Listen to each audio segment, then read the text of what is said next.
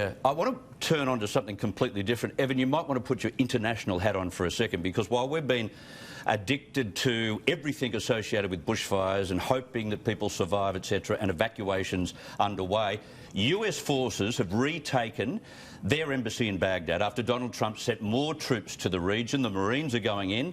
Trump campaigned on a promise of removing all troops from the battle zones, as many as possible, but Iran playing a very dangerous game. I don't like what I'm hearing from over there. Yeah, tensions are obviously increasing highly in the Middle East in the face of a increasingly hostile Iranian regime, and Trump's got a few issues to play here to show American strength in the region, but he's also got issues with that back home. He won a swath of votes back home on the promise of not going into these regime change wars and pointless, endless wars in the Middle East, and a lot of people went to Trump on that promise. But Iran is using that promise, aren't they? They are. Does he want to go into the 2020 election with increasingly increasing strength in the Middle East, or does he want to let down his base? And Evan, meanwhile, Indonesia has stood up to China over their expansion into the South China Sea. Indonesia has called a Chinese naval incursion into their own waters unlawful. I don't like that either. It's interesting that China would try and pick a fight with Indonesia, something they wouldn't normally do.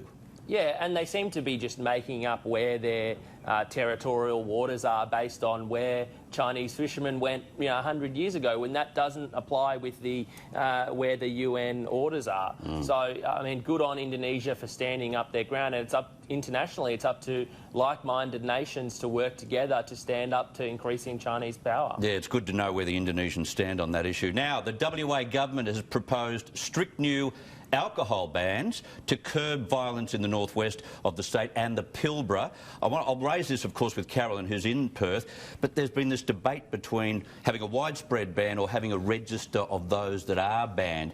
I get the feeling that what WA wants to do here is the more radical approach and may have a little bit more impact, Michael. Yes, look, it goes against my nature. Really, at heart, I am a libertarian, and I think you should be entitled to go to hell in a handbasket in your own way. But when people and whole communities and those individuals, like little kids, are suffering because of what seems to be an overall malaise, maybe you have to address it in overall terms.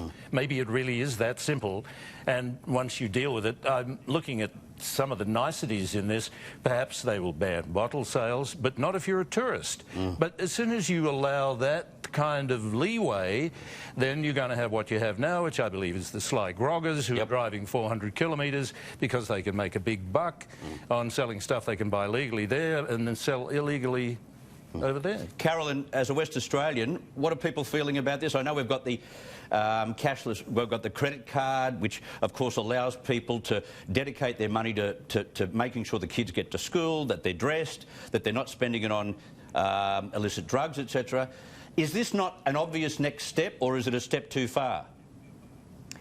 Well, for us here in WA, actually, this started about 10 to 12 years ago. There was a group of Indigenous women who went to the then Police Commissioner, Carl O'Callaghan, and said, please, can you get grog out of our communities? And this was Fitzroy Crossing and Roebourne, and they basically pretty much banned grog sales. And on the back of that, you saw massive reductions in violence, you saw massive reductions in abuse, you saw massive reductions in incarceration rates, very material. So yeah, I agree with Mike from the point of view that I'm generally quite live and let live, but this is a massive systemic issue. And everyone talks about, oh, the children. Well, this is actually something that we can do that will have a immediate and direct and material positive effect on those communities. Yeah. And if we just can't let this go on any longer. These communities are in big trouble, and these kids are in a really bad place, and we need to do something about it. And if it means cutting off grog up there, well then I don't like the idea, but I can live with it. Yeah, I can live with it, because we've got a problem with domestic violence and child abuse, which is rampant in many of these communities. We can't just ignore it.